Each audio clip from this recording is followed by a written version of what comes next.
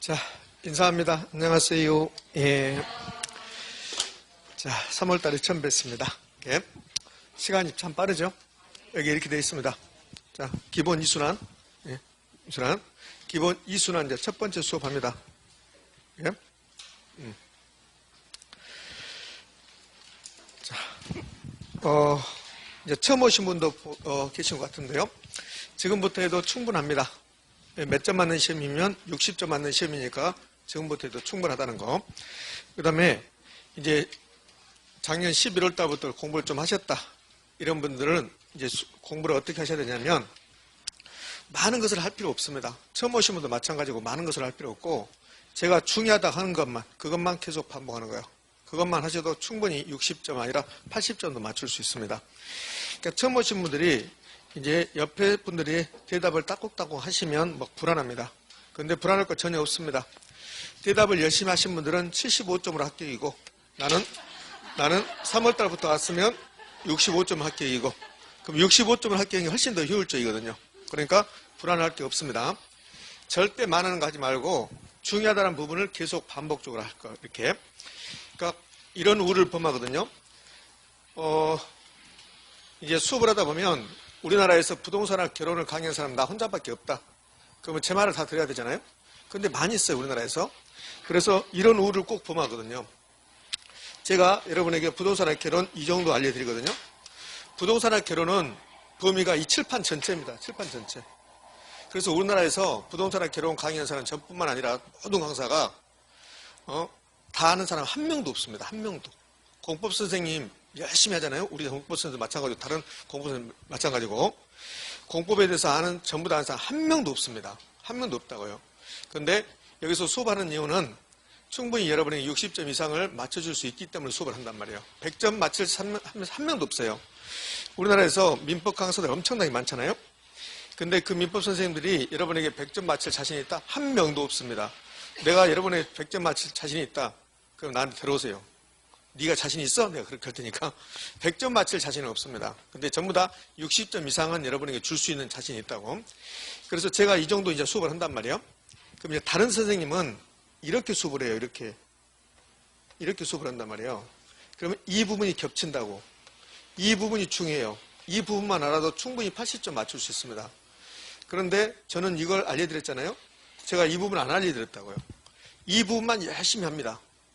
그러면 내년에 또 하고 내후년에 또 하고 이렇게 될 수 있습니다. 그러니까 이 부분만, 이 중요하다는 부분만 열심히 하셔도 충분히 80점을 맞출 수 있다. 80점. 80점도 필요 없잖아요. 60점. 그 다음에 이걸 뭐라고 합니까? 합격이라고 하는 거예요. 합격. 계속 반복하셔야 돼요. 계속 반복. 여러분 다 합격하실 겁니다. 근데 제가 이런 표현을 많이 쓰는데 합격하실 건데 근데 많이 알아서 합격하는 거 아닙니다. 많이 알아서 부동산이나 결혼 60점, 민법 60점 맞는 게 아니라고요. 어떻게 해서 60점 맞냐면 지겨워서 맞는 거예요. 지겨워서. 대체재 가격이 올라가면 해당계의 수요 증가한다. 저한테 1년 동안 거의 30에서 40번 정도 듣는다고. 너무 지겨운 거야. 이 지겨운 거 빨리 합격해야 되겠다. 그래서 합격한 거라고. 그러니까 지겹도록 반복하셔야 돼요. 지겹도록 반복. 이렇게. 그러니까 결론은 중요한 사항을 계속 반복적으로 공부한다. 60점 맞는 시험이다. 그래서 필요 없는 것들은 여러분이 많이 힘들다고 생각해서 제껴버리면 된다. 이렇게 하시면 돼요. 그러니까 반복하는 게 합격의 지름길이다. 그 다음에 이제 11월 달부터 해서 저하고 좀 공부하신 분들, 지금까지 11월 달부터 공부하신 분들은 이렇게 할 필요가 있어요. 오늘은 이제 첫날이니까 뭐 부동산학 총론에서 토지의 특성, 토지의 분류 이런 거 배운다고요. 이거는 싱거워. 그러니까 처음 오신 분들은 어렵지만 공부하신 분들은 싱겁다고요. 그러면 싱거우신 분들이 이제 이런 물을 범한다고? 학원 가면 다 할 것 같아. 학원 오면 다 아는 거야. 집에 있으면 모르는 거야.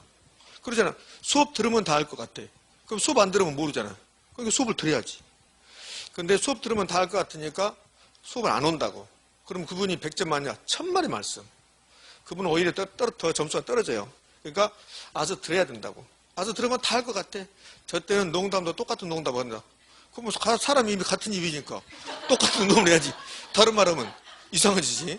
이런 말 있잖아요. 뭐 이렇게 연세가 많으신 분들 안 계시니까 이런 농담이 될 건데 사람이 하지 않는 일을 하면 이상해지는 거냐.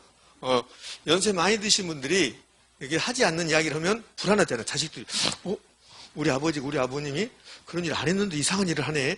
그럼 불안해지잖아. 이렇게. 저도 마찬가지입니다. 저도 매일 똑같은 말을 계속 반복하는데 이런 말 안 했는데 계속 똑같은 말 하는 거야. 그러니까 자주 듣는 분들은 농담도 똑같네 이런다고. 근데 여러분들 실제로 이제 제 수업을 했던 것은 녹음해서 한번 들어봐요. 나중에 시험지 갖다 놓고 들어봐. 거기에 다 나온 거 안 나온 거 다 나오게 돼 있다고. 근데 자기가 들을 때는 아는데 문제에 적용을 못 한다고. 그럼 들을 때 잘못 듣고 있다는 거야. 잘못 듣고. 똑같이 들었어. 똑같이 알 것 같아. 근데 이분은 문제 맞추고 이분은 못 맞추면 이분이 못 맞춘 분이 들을 때만 알지 자기가 잘못 듣고 있는 거라고. 잘못 듣고 있는 거라고. 그러니까 그런 것을 깨우치기 위해서라도 들을 때 다 안다. 그래도 와서 들어야 돼요. 그래야만이 여러분이 60점 이상 맞출 수 있는 거예요. 나는 더 이상 이제 말 안 겠어. 입 아프 죽겠어. 이런 말 하기가. 그렇지? 그 다음에 자주자주 수험생들은 잔소리를 들으셔야 돼요. 그러니까 막 잔소리라고 생각하면 그런데 여러분에게 그때그때 채찍 준다고 생각하시라고. 원장님도 마찬가지고 강사들도 마찬가지고 이렇게 수험생들은 늘 불안하고 다른 데로 뛰쳐나가고 싶어요. 누구나 사람이 이 틀의 안에 있으면 이 틀 밖으로 가고 싶단 말이에요. 이 틀 밖으로 가는 순간 떨어지는 거예요.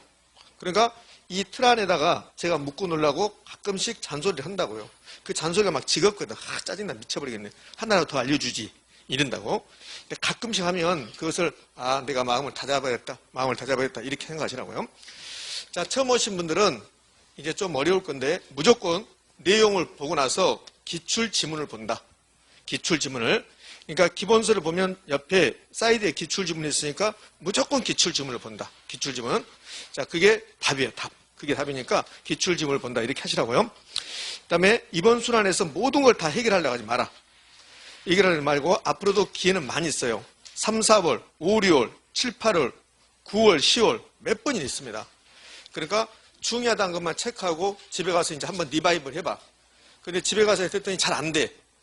그러면 그것만 계속 잡고 있으면 1년 내내 부동산의 특성만 하고 있어. 그러면 안 된다는 거야. 한 번 봤으면 그냥 넘어가. 또 올 거니까. 내일 또 오고 모레도 또 오잖아요. 그러니까 그렇게 해주시면 돼요. 선생님 그럼 결론이 뭐라고? 반복하라는 소리예요. 그러니까 많이 하지 말고 제가 중요하다는 것만 계속 반복적으로 한다. 되셨습니까? 예, 그래요. 자, 이제 공부 시작해 볼 건데 기본서 그냥 두시라고. 그러면 두시고 이제 강의 노트만 펴보시라고. 기본서는 좀 이따 보도록 할 테니까. 자, 그럼 이제 보자고요. 벌써 기본 이수란입니다. 요 3, 4월 과정까지는 요 기본서 보고 그다음에 강의 노트. 요 1시간 끝나고 요거 사오시라고 봐요. 1시간 끝나고. 요거 안 가져오셨으니까 지금은 없어도 돼요. 지금 없어도 되니까. 자, 그럼 이제 칠판 보게요. 자, 3, 4월 과정에서 기본 이수란이라 해서 요 강의 노트하고 기본서 위주로 이제 할게요. 특히 뭐 강의 노트 위주로 할 겁니다. 자, 기본서는 좀 이따 보기로 하고 이제 보자고요. 부동산학은 총 8개 편으로 만들어져요. 총 8개 편으로 만들어졌는데, 네, 첫 번 1편이 부동산학 총론입니다. 그러니까 요 8편으로 만들어지면 수업을 이렇게 진행하면 돼요. 8주를 기준으로 삼는다면, 그러면 한 주에 한 편씩 공부하는 거야. 그러니까 오늘은 총론, 다음 주는 경제론, 이렇게 이제 공부 들어갈 거란 말이에요. 자, 그러니까 오늘은 총론 공부하는데, 이제는 총론을 뭘 공부하는가, 총론에서는 무슨 테마를 공부하는가, 그게 좀 잡혀줘야 돼. 그래야만이 이제 공부하기가 쉬워진다고, 이렇게. 자, 그럼 총론에서는 뭘 공부하냐면, 자, 이런 거 공부할 거야. 총론에서는 첫 번째, 부동산학의 체계라는 게 있어요. 부동산학의 체계. 이 체계를, 우리 책은 부동산학의 학문적 성격, 이렇게 표시하고 있다고, 이렇게. 자, 제가 여기 표시했는데, 여기는 앞에는 기본서 페이지 수, 뒤에는 강의 노트 페이지 수라고, 이렇게. 자, 이게 있고, 그 다음에 두 번째는 뭘까요? 두 번째가 부동산의 개념이야. 부동산의 개념. 있고, 세 번째가 부동산의 뭐래요? 분류. 네 번째는 부동산의 특성. 자, 이렇게 돼 있어요. 이렇게 돼 있어요. 그래서 개념에서 한 문제, 분류에서 한 문제, 특성에서 한 문제, 이렇게. 그럼 이 체계에서 열심히 공부하면 안 돼요. 제가 체계라고 했지만 우리 책은 학문적 성격, 이렇게 했습니다. 이렇게. 그러니까 이 부분을 열심히 공부하지 말고 개념, 분류, 특성, 이 부분을 열심히 공부한다. 의미하셨습니까? 그래요. 자, 책에는 이 학문적 성격이라고 써진 거, 이 부분은 1년 동안 저에게 7가지를 알고 가면 돼. 7가지 알고 가는데, 이 부분은 사실은 부동산학과다. 우리가 지금 부동산학과다. 그럼 이 부분이 엄청나게 중요해요. 부동산학과라면. 근데 우리는 부동산학과가 아니잖아요. 우리는 부동산학을 공부하는 게 아니라 시험 공부하는 거라. 근데 시험에서는 이 체계가 잘 나오지 않는다. 그러니까 이 부분이 그렇게 빈번하게 출제되지 않는단 말이에요. 그러니까 부동산학과에서는 이 부분을 엄청나게 열심히 공부해야 돼요. 근데 우리 시험은 잘 나오지 않으니까 열심히 할 필요는 없다는 거예요. 그러나 7가지 정도를 우리가 알고 갈 필요가 있다. 그래서 7가지를 지금부터 이제 공부할 거예요. 근데 개념, 분류, 특성은 매년 한 문제씩 출제하고 있다. 이렇게. 자, 그러면 시험 공부 입장에서는 이 부동산의 학문적 성격을 열심히 공부하는 게 아니라 총론에서는 부동산의 개념부터 공부해도 상관없어요. 내가 시험 공부만 한다면 이렇게. 자, 그러면 학문적 성격은 부동산학의 체계인데 여기서는 부동산학이 뭐냐, 부동산학을 뭘 공부하느냐, 도대체 부동산학이 추구하는 건 뭐냐, 뭐 이런 것들이라고, 이런 것들은. 그래서 부동산학의 정의를 이렇게 이제 개념 정의를 해요.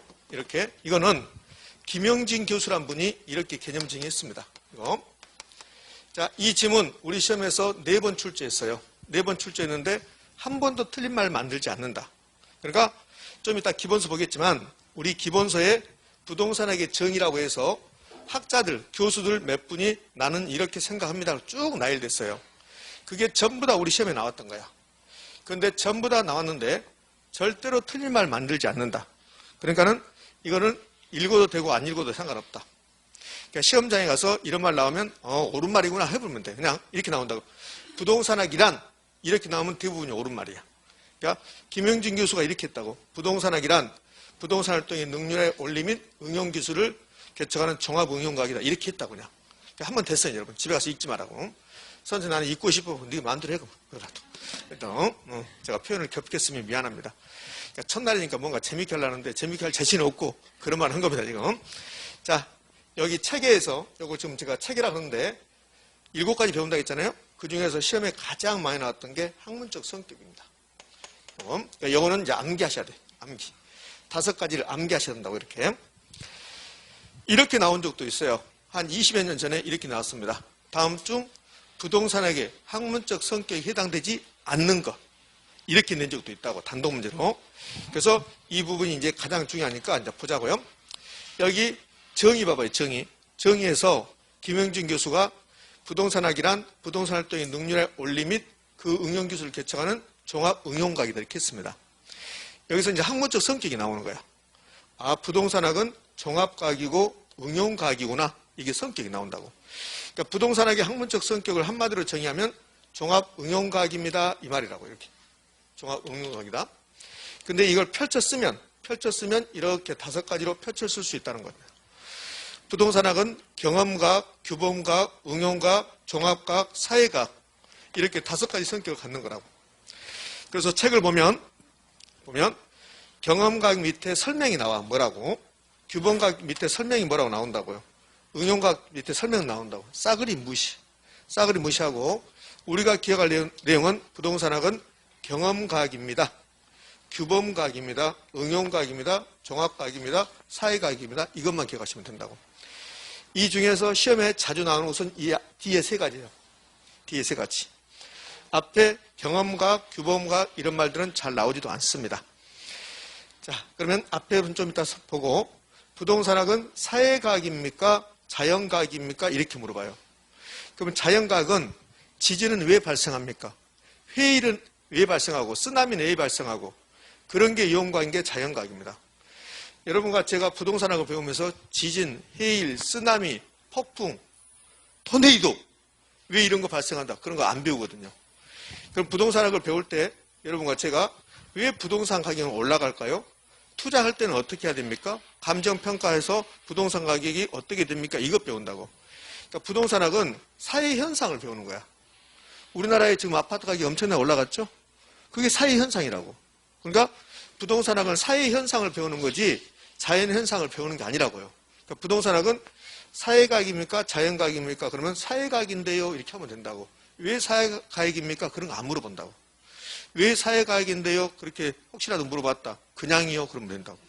그냥이요? 이렇게. 그러니까 그건 안 물어본다고. 그냥 사회과학이다 하면 된다고. 이렇게. 또 자연과학이 무슨 뜻입니까? 절대로 안 물어보지. 절대로. 절대로. 그 다음에 순수과학하고 응용과학이 있어요. 자, 순수과학과 응용과학인데 순수과학하고 응용과학이 반대입니다. 그럼 이렇게 된다고. 과학을 순수과학과 응용과학으로 구분할 때 부동산학은 어디에 속합니까? 이렇게 물어본다고. 부동산학은 짬뽕한 거야. 짬뽕. 그러니까 부동산학을 배우다 보면 오늘 지금 부동산학 총론 배우는데 다음 주에 경제학을 배운다고. 그러니까 부동산학을 배우면서 경제학을 배운단 말은 부동산학은 경제학 일부가 포함됐다는 소리야. 그 다음에 투자론을 배우는 것은 경영학이고 뭐 감정평가학이고 금융학 이렇게 결합되어 있다는 소리야. 그러니까 결합되어 있다, 짬뽕되어 있다는 소리야. 그러니까 순수 혈통이 아니라는 소리지. 순수 혈통이 아니고 응용됐다는 소리야. 이게 응용이 있다. 그래요? 그래서 부동산은 응용과학이다. 그다음에 부동산학은 경제학, 경영학, 회계학 두 개 이상의 학문이 결합됐다. 종합했다는 소리예요. 종합. 종합 선물 세트라고 하면 돼요. 부동산학은 좋게 표현하면 종합 선물 세트. 좀 나쁘게 표현하면 뭐요? 잡학. 잡학. 이렇게 하시면 돼요. 자, 그러면 요 세 개는 설명이 끝났습니다. 출제 유형은 부동산학은 응용과학입니까? 순수과학입니까? 응용과학입니다. 자연과학입니까? 사회과학입니까? 사회과학입니다. 종합과학입니다. 그 다음에 경험과학은 우리가 경험했던 거, 이미 경험했던 것을 부동산과 관련해서 우리 인간이 경험했던 것을 이렇게 모아놓은 거라고. 우리가 부동산 중개, 우리 인간이 부동산 중개를 하다 보니까 이렇게 중개를 하면 효율적으로 되더라. 그래서 모아놓은 거라고. 그래서 경험과학이다 이렇게 한다고. 그 다음에 규범이란 말은 우리가 사람이 살아가면서 지켜야 될 도리, 이것을 규범이라고 그래요. 규범. 규범. 그러니까 법이라든지 도덕이라든지 종교 이런 것을 규범이라고 한다고.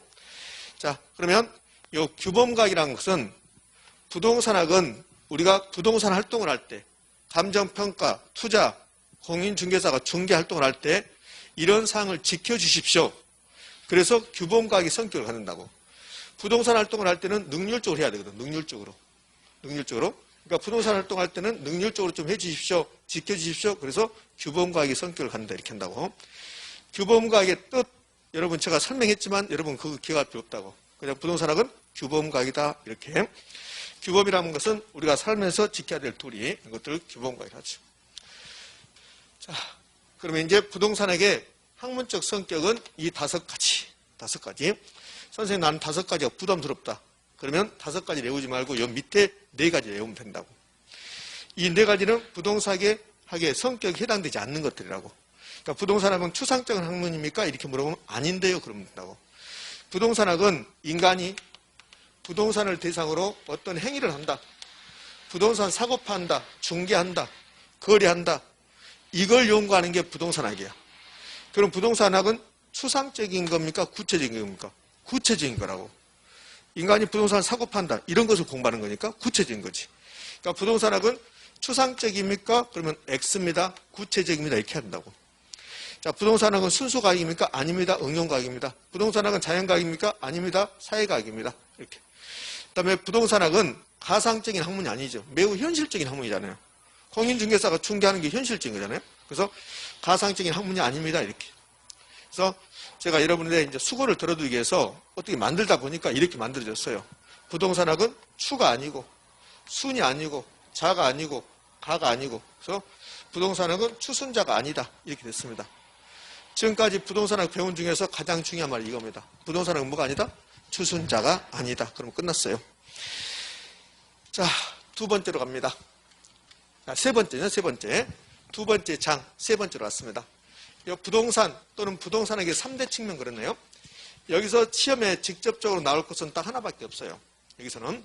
근데 여기서는 이제 매우 중요한 내용을 이 말이 품고 있는 거야.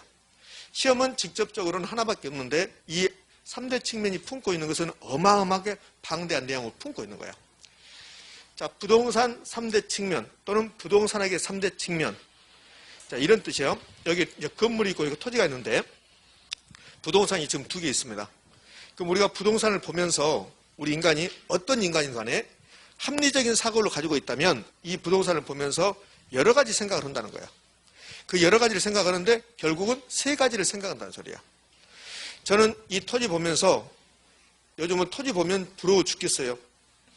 저 토지가 내 거라면 좋겠다. 저 토지 땅값은 얼마일까? 저게 100억이라면 팔아서 어떻게 하겠다. 그런 생각만 하고 살죠. 그런 생각도 없이 산다면 너무 무미건조하니까.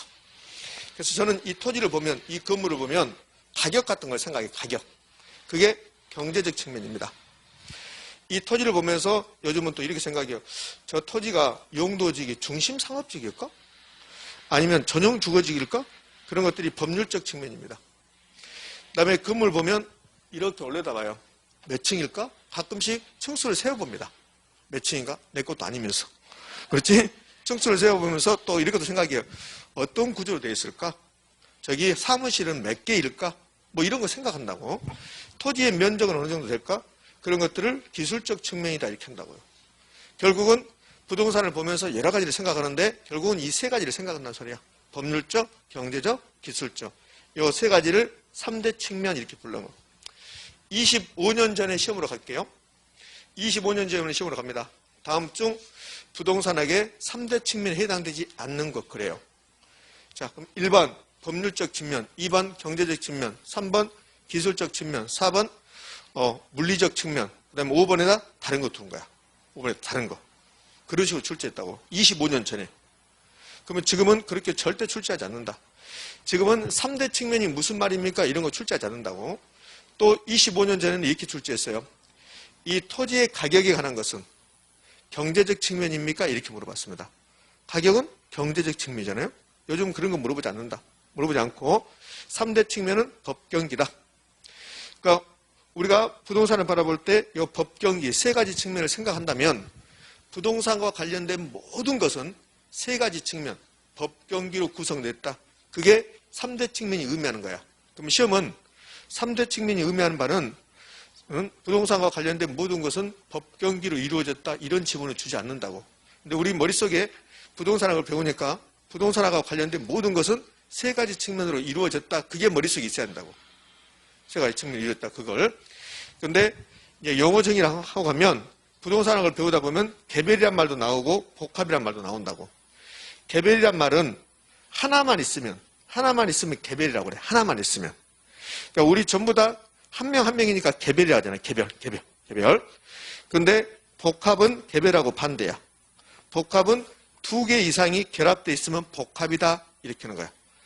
복합하고 똑같은 말이 종합이라고. 종합. 그래서 아까 종합이란 말 나왔어요. 부동산학은 종합응용과학이다. 종합응용과학이란 말은 두 개 이상의 학문이 짬뽕되어 있습니다. 그 말이라고. 그러니까 부동산학을 배우다 보면 복합이란 말과 종합이란 말이 매우 빈번하게 나온다. 그럼 복합이 나오면 두 개 이상, 법경기가 결합됐다. 이런 뜻이 되는 거예요. 이런 뜻. 그럼 부동산학을 바라볼 때 우리가 법률적, 경제적, 기술적 이 세 가지를 따로따로 보는 겁니까? 결합해서. 그럼 결국은 3대 측면이 의미한 바는 부동산과 관련된 모든 것은 복합 개념으로, 복합 측면으로 만들어졌다. 이게 이제 3대 측면이 의미한 바라고. 이거는 직접적으로 시험에 나오지 않아. 직접적으로 시험에 나오는 것은 이게 나올 수 있는 거예요. 법률적 측면과 경제적 측면은 눈에 보이지 않는 거라고. 가격이 보입니까? 안 보이잖아요. 용도지익이 보입니까? 안 보이잖아요. 소유권이 보입니까? 안 보이잖아요. 그래서 왜 안 보일까? 형태가 없으니까. 그래서 무형적 측면이다 이렇게 한다고. 근데 기술적 측면이라는 것은 눈에 보이는 것을 기술적 측면이라고 해요. 눈에 보이는 것을. 그럼 건물의 높이, 높다, 낮다 이런 거 보이잖아요. 토지의 면적이 넓다, 좁다, 토지가 경사졌다, 아니면 토지가 평지다, 뭐 이런 거 보이잖아요. 그런 것을 물리적 측면이라고 한다고. 그럼 왜 보일까? 형태가 있으니까. 그래서 유형이라고 한다고. 여러분 저 보이죠? 예, 제가 형태가 있으니까. 유형이라고 한다고, 유형. 그래서 이 3대 측면은 법경기인데 그런 거 시험에 안 나와. 안 나오고 이 부분에 시험에 나오면 시험 지문에 법률적, 경제적이라는 말이 나오면 뒤에 이어지는 말이 무형인가, 유형인가, 이게 어떻게 연결되어 있는가, 딱 그거 하나만 점검하면 돼. 그래서 이 3대 측면 법경기에서는 유형, 무형 구별하는 게 그것만 아시면 된다고. 근데 이제 부동산학자들은 뭔가 뭐 이름을 붙여주고 나누고 뭐 이런 걸 좋아한다고, 학자들이. 그래서 이렇게 해요. 이 두 개를 또 2대 측면, 이걸 3대 측면, 막 이따위로 표현한다고. 그런 거 싸그리 무시. 다 필요 없고. 3대 측면 나오면 법경기, 법률적, 경제적, 무형, 기술적은 유형, 이렇게. 자, 요 3대 측면이 의미하는 복합 개념. 이게 머릿속에 있어야 되고, 좀 더 여기서 발전되게 생각한다면, 그럼 우리가 부동산학을 정확하게 공부하려면 법률적 지식이 있어야 되겠죠. 경제적 지식이 있어야 되겠죠. 그 다음에 토지를 보는 눈, 건물을 보는 눈이 있어야 한다는 소리야. 그러니까 결국은 부동산학을 정확히 이해하려면 법률적, 경제적, 기술적 지식이 있어야 된다. 그래서 우리 시험은 이렇게 출제했다고. 자, 법률적 측면과 경제적 측면을 정확하게 인식하기 위해서는, 이해하기 위해서는 무형적 측면의 지식이 필요하다. 옵니까? 없습니까? 오, 그렇게 낸다고. 법률적, 경제적이 나왔잖아요. 그러면 뒤에 인식이니 뭐니 필요 없다고. 법률적, 경제적이 나오면 이어지는 말이 유형이냐, 무형이냐, 그것만 제대로 연결하면 된다고. 그 가운데 말들에 속아 나오면 안 된다고. 가운데는 뭐 인식이니, 뭐 시스템이니, 뭐 이런 게 나온다고. 다 필요 없어. 필요 없고, 법률적, 경제적이 나오는 순간 뒤에 유, 무, 어떤 게 연결됐는가, 이것만 파악하시면 된다. 이게. 자, 이게 3대 측면. 이제 부동산학의 연구 대상으로 가죠. 부동산학의 연구 대상은 이런 뜻입니다. 우리가 부동산학을 여러분과 제가 공부하는 거야. 그 공부를 연구한다고 그래. 연구. 여러분 연구하고 계십니까? 연구하고 있잖아요. 연구. 어떻게? 법경기 나오면 법률적 경쟁이 나오면 무형이다. 이렇게 연구하고 있잖아요. 연구. 이 연구 대상이 부동산학의 공부 대상이야. 우리가 부동산학을 공부하는데 뭘 공부하냐? 제가 여러분과 2달 동안 이제 부동산을 공부할 건데, 자, 내일은 저기 의정부의 땅을 좀 볼 테니까 의정부로 모이십시오. 그래도 땅에 삽을 파서 이 땅의 토질이 어떻고 토양이 어떻고 그런 거 안 한다는 소리야. 결국은 우리가 부동산학을 공부할 때 부동산의 연구 대상이 뭐냐? 공부 대상이 뭐냐? 부동산 자체가 아니라는 거야. 그럼 토지 자체를 연구합니까? 그거 아니란 소리야. 건물 자체를 연구합니까? 그게 아니란 소리야. 그럼 뭘 연구하는데? 인간이 부동산을 대상으로 하는 여러 가지 행위들, 투자, 감정평가, 중개, 이런 건 공부한다는 소리야. 이런 걸. 그걸 부동산 활동이라고 한다고. 그러니까 부동산 활동은 인간이 부동산을 대상으로 여러 가지 행위를 한다. 그럼 무슨 행위를 할까? 여러분은 중개사가 돼서 중개 행위를 할 거라고. 그 다음에 감정평가사는 감정평가를 할 거고, 그 다음에 투자자는 투자 활동을 할 거고, 그 다음에 개발업자는 개발 활동을 할 거고, 이런 것들을 부동산 활동이라고 한다고. 우리 책 기본서를 보면 타이틀이 다 이렇게 돼 있어요. 이렇게. 타이틀이. 그러니까 이런 걸 공부한다는 거예요. 이런 거. 그럼 결국은 부동산학의 연구 대상은 부동산 자체가 아니라 부동산 활동이라는 소리예요. 활동. 그 다음에 다음 주에 수요가 어떻고 공급이 어떻고 경기 변동이 어떻고 이런 거 한다고. 그걸 부동산 현상이라고 한다고. 결국 여기 부동산의 연구 대상은 우리 기본서에 타이틀이 뭐뭐가 있습니까? 그 말이야. 뭐뭐가 있습니까? 그러면 부동산학의 타이틀을 보면, 우리 부동산학의 책의 타이틀을 보면 수요, 공급, 경기 변동 이런 거. 그게 부동산 현상이야. 그 다음에 투자는 어떻게 해야 됩니까? 감정평가는 어떻게 합니까? 그걸 배운다고. 그게 부동산 활동이라고. 그러면 부동산학의 연구 대상은 부동산 자체입니까? 활동과 현상입니까? 활동과 현상이란 소리야. 26회 때 지문이야. 26회 때 부동산학의 연구 대상은 부동산 활동과 부동산 현상이다. 이렇게 출제했다고. 그럼 이제 하나씩 활동이 뭐고 현상이 뭔가 공부해야 되잖아요. 근데 현상은 절대 현상이 무슨 말인가 안 나와. 그러니까 현상에 대해서는 공부할 필요 없다고. 현상이 무슨 뜻입니까? 안 나온다고. 선생님 자신 있어? 자신 있어. 나오면 어떻게? 손목 또 걸 거야. 손목을 건다. 안 나온다니까. 안 나오니까 그냥 부동산 현상이 우리가 공부하는 대상이다. 부동산의 연구 대상은 부동산 활동과 현상이다. 그것만. 근데 활동은 물어봐. 활동은. 부동산 활동은 물어본다고. 활동에 대해서는. 그래서 부동산 활동을 공부할 필요가 있는 거야.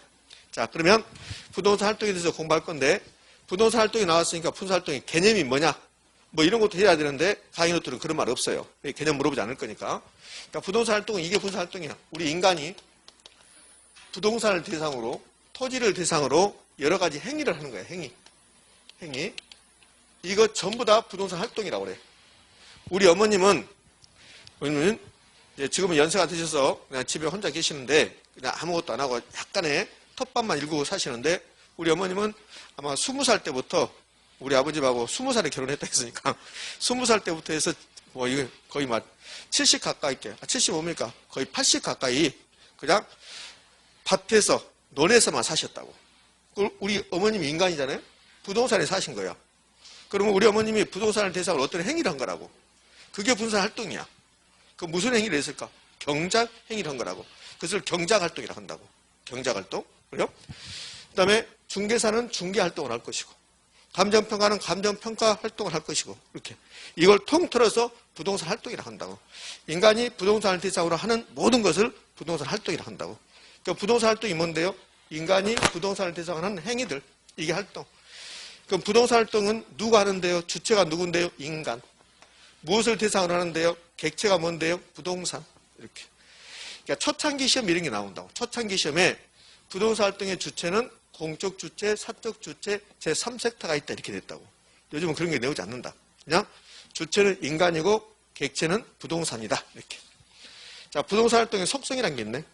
부동산 활동의 속성은 속에 있는 성질. 속에 있는 성질. 그러니까 속에 있는 성질은 눈에 잘 보이지 않는 거야. 속에 있으니까. 이런 것을 속성 이렇게 해요. 친구들이 저를 보면서 가끔 이런 말 하더라고. 너는 밖으로 표출된 것하고 달리 속에는 사기성이 농후한 것 같아. 이렇게 이야기해 저보다. 그러니까 우리 그런 말 하잖아요. 저희는 얼굴하고 달라. 속에는 사기성이 농후해. 그 속에 있는 성질이 속성이야. 속성. 속에 있는 성질을. 그래서 부동산 활동의 속성은 이 10가지 속성이 있다고. 선생님 나는 이걸 외우고 싶어. 아니 그러지 마. 그러지 말라고. 외울 필요 없다고. 외울 필요 없어. 전혀 외울 필요 없습니다. 근데 여기서 가끔씩 시험 측면에 등장하는 게 자, 6번, 7번, 8번, 뭐 9번 정도. 이 정도가 등장하고 있어요. 이 정도가. 그러면 뭐 과학성, 기술성, 사회성, 공공성 이거 다 무시한다고.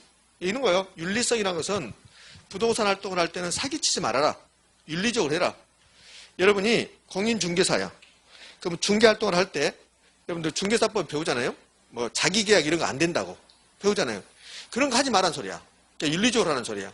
그러니까 매수인하고 매도인 이렇게 연결시켜 줄 때 중개활동을 할 때 매수인을 더 이롭게 한다든지 더 유리하게 한다든지 그렇지 하지 말란 소리야.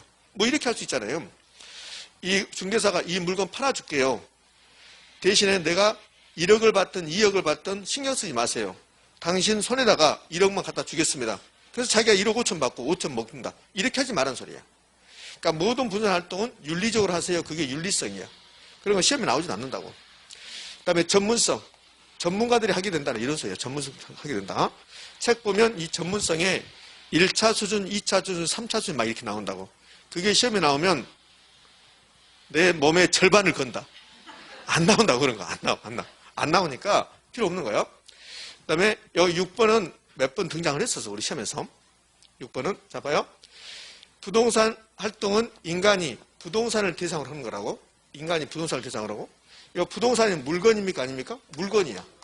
그럼 결국은 부동산 활동은 물건을 대상으로 하는 거야. 물건을. 그것을 대물 활동이라고 한다고. 대물 활동.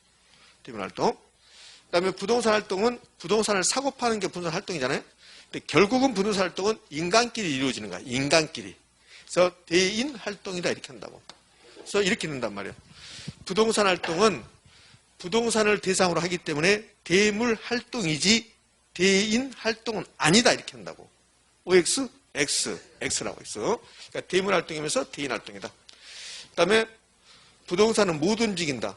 이게 부동성이야. 그래서 여러분이 공인중개사가 돼서 부산의 해운대구에 아파트를 중개한다. 그러면 해운대 가서 보라는 소리야. 현장 임해라. 그것을 임장활동이라고. 임장활동. 그러니까 부동산 활동은 임장활동이라는 속성을 가질 수밖에 없다는 소리야. 왜? 부동성 때문에.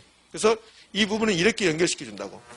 부동산 활동은 임장활동이 필연적으로 나타나는데 이는 부증성 때문이다 이렇게 한다고. 부증성 때문이다. 올까 있을까? X. 부동성 때문이다. 부동성 때문에. 이거 다 맞춰올 것 같죠? 이거 나오면. 다 맞힐 것 같죠? 그렇지 않습니다. 다 맞춘 게 아니라 약 30% 이상이 틀려버려요. 왜 틀리냐면 몰라서 틀린 게 아니라고. 몰라서 틀린 게 아니고 임장활동이 나왔는데 그래 임장활동 나왔구나. 이제 머리는 부동성이야. 머리는 부동성인데 이 부정성을 읽을 때 부동성으로 읽어버린다고. 시험 지문에 임장활동은 부정성 때문이다 이렇게 시험 문제 나온 거야. 근데 이 부정성을 읽을 때 뭐라고 읽어버리냐면 부동성이라고 읽어버린다니까. 임장활동이 나오니까 너무 반가운 거야. 그래서 너는 부동성 머릿속이 그렇게 하고 있는 거라고. 시험 지문은 부정성 나왔는데. 그래서 실수가 온다고. 그래서 1시간 끝나고 이제 시험지를 보니까 부정성이 없어지는 거야. 그때 인식한 거야. 그래서, 내 것만 부정성인가? 뭐 이렇게 보는 거야. 내 것만 부정성 나오고 나머지 다 부동성 나왔으면 좋겠다. 뭐 이런 식으로. 그래서 틀려버린다니까. 그래서 이런 실수를 줄여야 된다고. 이런 실수를. 그래서 반복한다는 소리야. 그러니까 임장활동 나오면 눈을 크게 부릅뜨야 돼. 부증성인가 부동성인가. 여기다가 뭐 개별성을 준다든지 영속성을 준다든지 그런 말 안 준다고. 그러니까 임장활동 나오면 틀린 말 만들려면 부정성을 끌고 들어오는 거야. 부정성을. 근데 부정성이 나타났는데 읽을 때는 자기는 부동성이라 읽고 아주 흐뭇해. 맞춘 것처럼. 의기양양해. 이렇게 하면 안 된다는 소리게. 그래서 알고도 틀린다는 거예요, 이게. 그다음에 토지는 영속성이라는 특성을 가지고 있기 때문에 부동산 활동을 할 때는 앞으로 어떻게 될 것인가 장기적으로 잘 생각해라. 이것을 장기적 고려 이렇게 한다고. 그래요? 그다음에 토지가 공간이야, 공간. 토지가 공간이라고. 그러니까 왜 토지가 공간이냐면 이 토지가 있으면 여기 사람이 걸어다닌 곳, 이걸 수평공간이라고 하고 지하실에다가 우리 지하철도 지나가고 지하 시설물도 설치하고 지하에서 뭐 지하 상가도 있고 그러잖아요. 이거 지하도 토지야. 그러니까 수평공간, 이걸 지하공간, 위에를 공중공간 이렇게 한다고. 이 세 개를 묶어서 입체공간이라고 한다고. 그러니까 토지가 공간 덩어리면 토지를 대상으로 하는 부동산 활동은 무슨 활동이 되는 겁니까? 공간 활동이 된다고. 공간 활동. 만약에 토지를 요 지표면 사람이 걸어다닌 거 이것만 토지라고 한다면 토지는 공간이 아닌 거야. 근데 이 세 개를 묶어서 토지라고 하니까 토지는 공간이 되는 거고 그러면 토지를 대상으로 하는 활동은 무슨 활동이 된다? 공간 활동이 되는 거라고. 그래서 이렇게 나오죠. 부동산 활동은 수평공간, 공중공간, 지하공간, 입체공간에 대한 활동이 된다. OX, O 이렇게. 자, 그 다음에 10번 복합개념 나왔는데 복합개념은 중요성이 없는 거죠. 왜 복합개념이 이루어집니까? 부동산을 생각할 때 전부 다 법경기, 복합개념으로 이루어지니까 부동산 활동도 복합개념으로 이루어질 수밖에 없다. 이런 뜻이라고 이렇게. 이게 부동산 활동의 속성. 그러니까 부동산 활동이 나오면 주체, 인간, 객체, 부동산 이런 것들은 요즘은 잘 의미가 없다. 속성 정도만 기억하시면 돼요.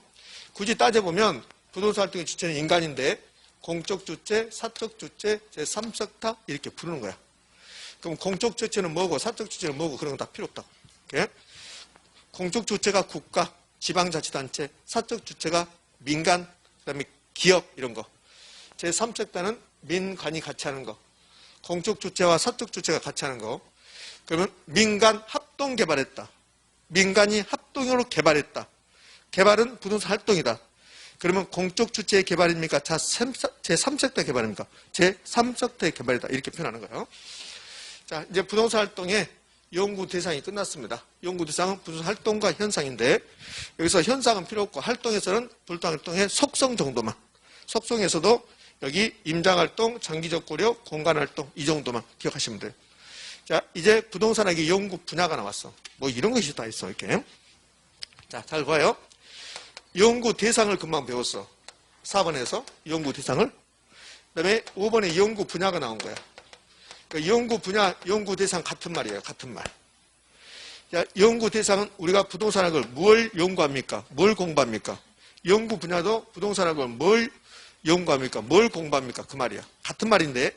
근데 미국에서 공부하신 분들은 연구 분야라는 표현을 쓰고 일본에서 부동산학을 공부하신 분들은 연구 대상이라는 이런 표현을 써요. 뭐 그런 것은 의미가 없는 거고 우리가 부동산학을 연구할 때 공부할 때 뭘 공부합니까? 그게 연구 분야야. 이론하고 실무를 공부하는 거야. 이론하고 실무. 이론하고 실무.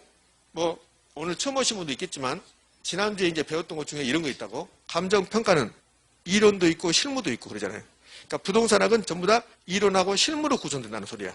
그러니까 우리가 부동산학을 공부하는 분야는 결국 이론 분야와 실무 분야가 있다. 이런 거 시험에 안 나와. 안 나오고 이론 분야를 기초 분야라고 하고 실무 분야는 이 두 개를 묶어서 실무 분야라고 그래. 그러면 이론 분야가 부동산의 특성, 부동산 시장, 부동산 뭐 금융수학, 금융수학은 연금의 현가계수, 뭐 저당상수 이런 거라고. 그러니까 이런 것도 이론이란 소리야. 오늘 부동산의 특성 배울 건데 부동산의 특성은 이론 측면이란 소리야. 그리고 이 실무 분야는 이론 배웠으면 현장에 나가서 직접 해보는 것들. 그게 여기 실무 분야야. 실무 분야는 결정 분야와 결정 지원 분야가 있어.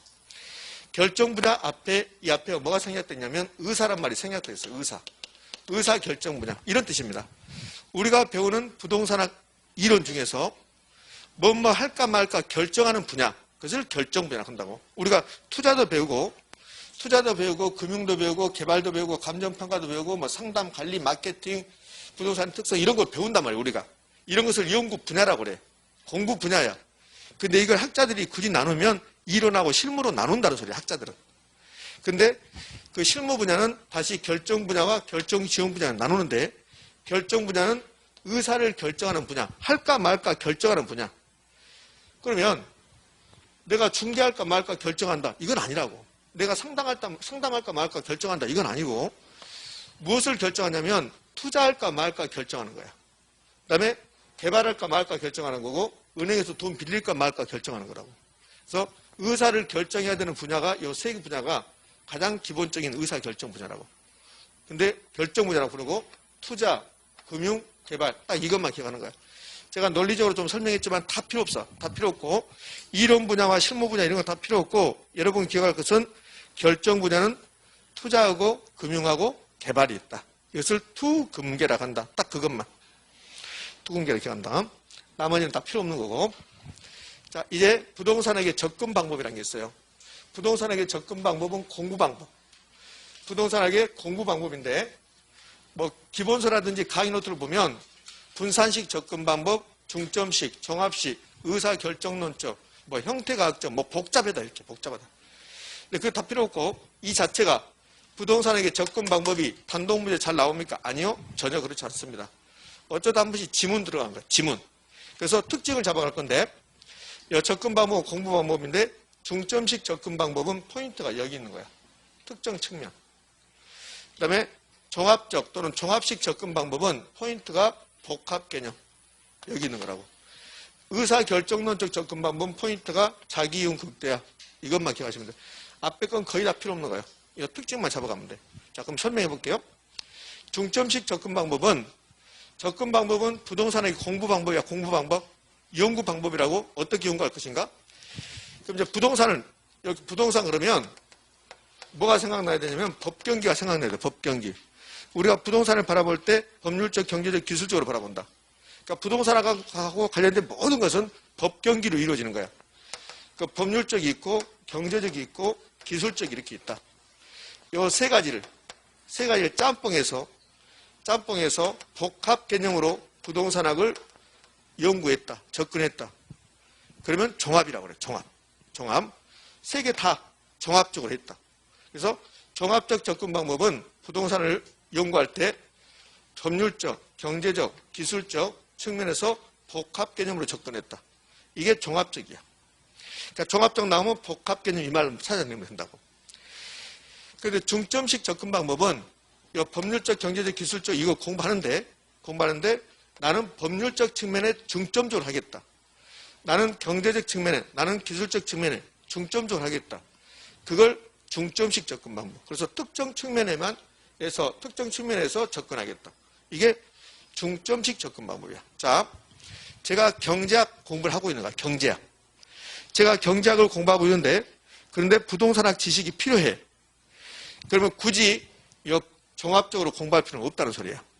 그럼 내가 경제학을 공부하는데 부동산학 지식이 필요하면 여기 법경기 중에서 경제적 측면만 특정 측면만 집중적으로 공부한다. 그걸 중점식 접근 방법. 근데 종합식 접근 방법은 이것저것 다 하겠다는 소리야. 법률적, 경제적, 기술적 복합 개념으로 하겠다. 그것이 종합식 접근 방법. 의사결정 접근 방법은 내가 의사결정할 때, 투자 의사결정할 때, 돈 빌릴까 말까, 금융 결정할 때, 개발 결정할 때 어떻게 할 것인가. 나 망하게 그 의사결정한다. 이런 사람 없는 거지. 인간이 합리적이라면 의사결정할 때 어떻게 의사결정해야만이 내 이윤이 극대화되는가. 이러한 측면에서 부동산에게 접근하겠다. 이걸 의사결정 접근 방법. 그러니까 의사결정 접근 방법 나오면 앞에 인간은 합리적이다. 그거 필요 없어요. 필요 없고 이윤 극대화. 이만 나오면 의사결정 접근 방법. 복합이 나오면요. 복합 개념으로 나오면요. 종합식. 특정 측면이 나오면요. 중점시 이렇게 하면 된다. 이렇게. 자, 이제 7번, 이제 7번째요. 부동산학의 체계에서 이제 7번째 갑니다. 부동산 활동의 일반 원칙, 부동산학의 일반 원칙이 이렇게 있어요. 이 말의 뜻, 우리가 부동산 활동을 할 때, 공인중개사가 중개 활동을 할 때, 감정평가사가 감정평가 활동을 할 때, 개발업자가 개발 활동을 할 때 일반적으로 지켜야 될 원칙, 그걸 부동산 활동의 일반 원칙 또는 부동산학의 일반 원칙. 여러분들 부동산 중개사가 중개 활동을 할 때 능률적으로 해야 되겠죠. 능률적으로. 그래서 먼저 능률성의 원칙이 나온다고. 부동산학이 추구하는 게 능률성이에요. 자, 볼래요? 부동산학이 추구하는 게 왜 능률성이 되냐면, 자, 봐요. 김용진 교수가 부동산학이란 부동산 활동의 능률을 추구하는 거야. 그래서 부동산 활동의 원칙이, 일반 원칙이 4가지가 제시되는데, 이 4가지가 제시되는데, 이 중에서 1번 타자가 능률성이라고. 그러니까 능률성만 시험에 나오면. 그 다음에 안전하게 하세요. 사기치지 마세요. 사기 당하지 마세요. 이게 안전성. 그 다음에 경제적으로 하세요. 공정하게 하세요. 이런 거라고. 근데 이 중에서 우리는 능률성만 알고 있습니다. 능률성. 그럼 능률성의 원칙은 부동산 활동을 할 때 능률적으로 하세요. 그 말인데, 부동산 활동은 나누면 이렇게 나눌 수 있어. 소유 활동과 거래 활동을 나눌 수 있다고.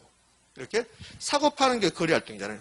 내가 부동산 가지고 있으면서 개발한다, 이런 것들이 이용한다, 이런 것들이 소유 활동이라고 한다고.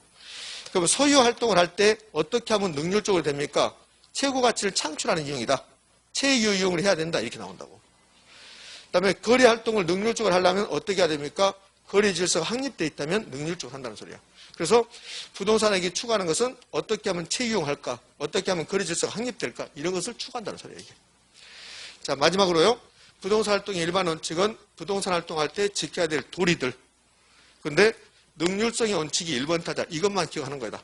그럼 어떻게 하면 능률적으로 할 것인가? 여기 최유용 원칙, 거래 질서 확립은 능률성 원칙 밑에 있는 것들이에요. 밑에 있는 것들. 그럼 능률성의 원칙은 능률적으로 하라는 소리인데, 소유 활동은 어떻게 하면 능률적으로 하는 겁니까? 그러면 최고 가치를 창출하는 이용을 한다면 능률적으로 되겠다, 이 소리예요. 그 다음에 거래 활동은 어떻게 하면 능률적으로 됩니까? 거래 질서 확립된다면 능률적으로 하겠다, 이런 뜻이 된다고. 자, 이렇게 해서 7가지 사항, 부동산학의 체계, 학문적 성격을 살펴봤습니다. 자, 다시 볼까요? 제가 50분 동안 주저리 설명했지만 여러분 기억할 것은 별로 없습니다. 자, 1번. 부동산학의 정의, 기억한다, 안 한다? 안 한다. 2번, 학문적 성격, 추순자가 아니다. 그러면 끝나는 거예요. 자, 3번째가 3대 측면, 부동산 또는 부동산학의 3대 측면, 법경기. 법경기가 의미하는 것은 세 개를 결합했다, 복합개념. 복합개념. 그 다음에 복합개념인데, 법률적, 경제적이 나오면 무형. 그 다음에 기술적이 나오면 유형. 그러면 끝나는 거예요. 자, 네 번째, 연구 대상. 활동과 현상. 현상은 필요 없고 활동만. 활동은 인간이 부동산을 대상으로 하는 행위들. 주체는 인간인데 굳이 나누면 국가, 지방자치단체, 공기업이 하면 공적 주체. 그럼 국가가 개발했습니다. 국가가. 개발도 활동이잖아요.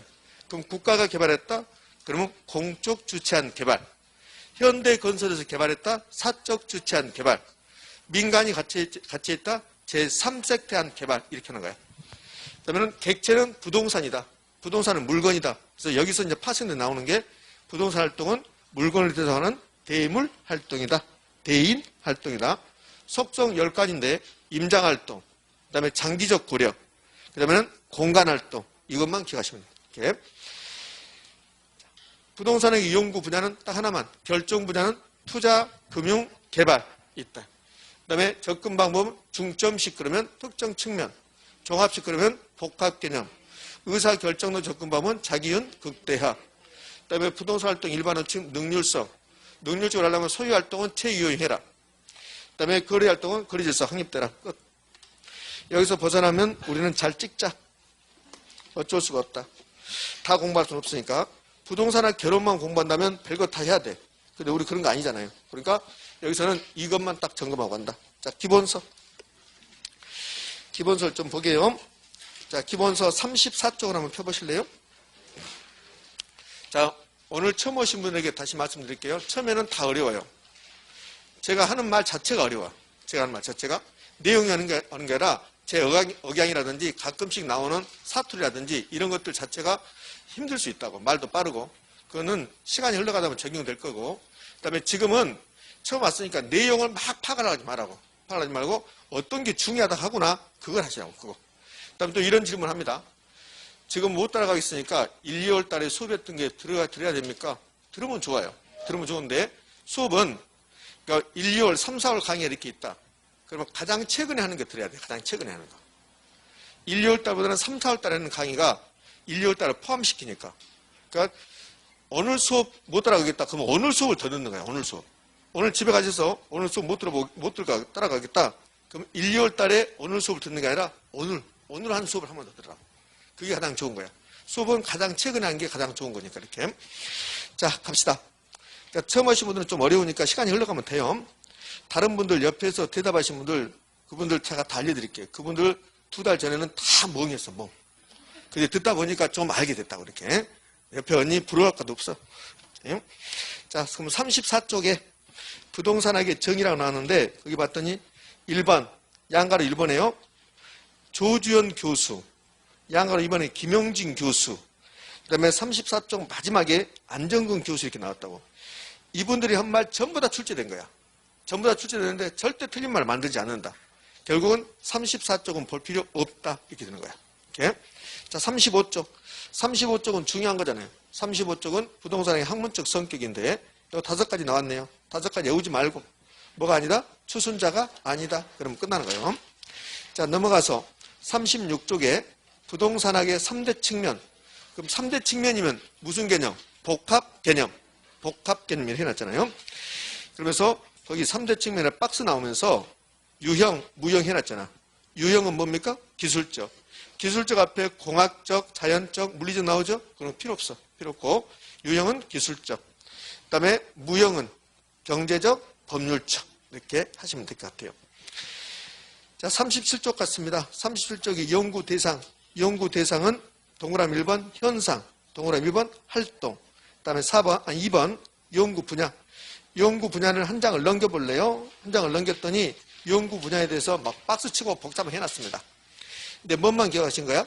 왼쪽에 결정 분야, 투자, 금융, 개발. 자, 그 밑에 접근 방법. 접근 방법에서 분산식은 지금 보지 말고 중점식 나왔습니다. 중점식의 포인트 찾아보세요. 특정 측면. 종합식은요. 종합식은 2번째 줄 끝날 때 복합 개념. 복합 개념. 2번 법제도적 접근 방법. 현상학적 접근법 필요 없음. 39쪽에 6번 의사결정론적 접근법. 그래서 뭘 찾으면 돼요? 자기이윤 극대화. 자, 자기이윤 극대화 됐지요? 그 밑에 부동산학 이념 볼 필요 없음. 자, 넘어가서요. 41쪽 부동산 활동의 의의, 부동산 활동의 주체. 그러면은 그 밑에 표가 하나 나와. 표가. 우리나라 표준산업 분류에 따른 부동산업 나오죠? 이거는 지금 할 필요 없음. 올해는 여러분 시험에서 나오지 않을 확률이 더 높아. 할 필요 없음. 자, 넘어갈래요? 넘어가서 43쪽 가봐요. 43쪽 가면 부동산 활동의 속성에서 큰 박스 나오죠? 그거 다 외울 필요 없음. 거기서 아까 기억할 것은 뭔만 기억한다고 그랬습니까?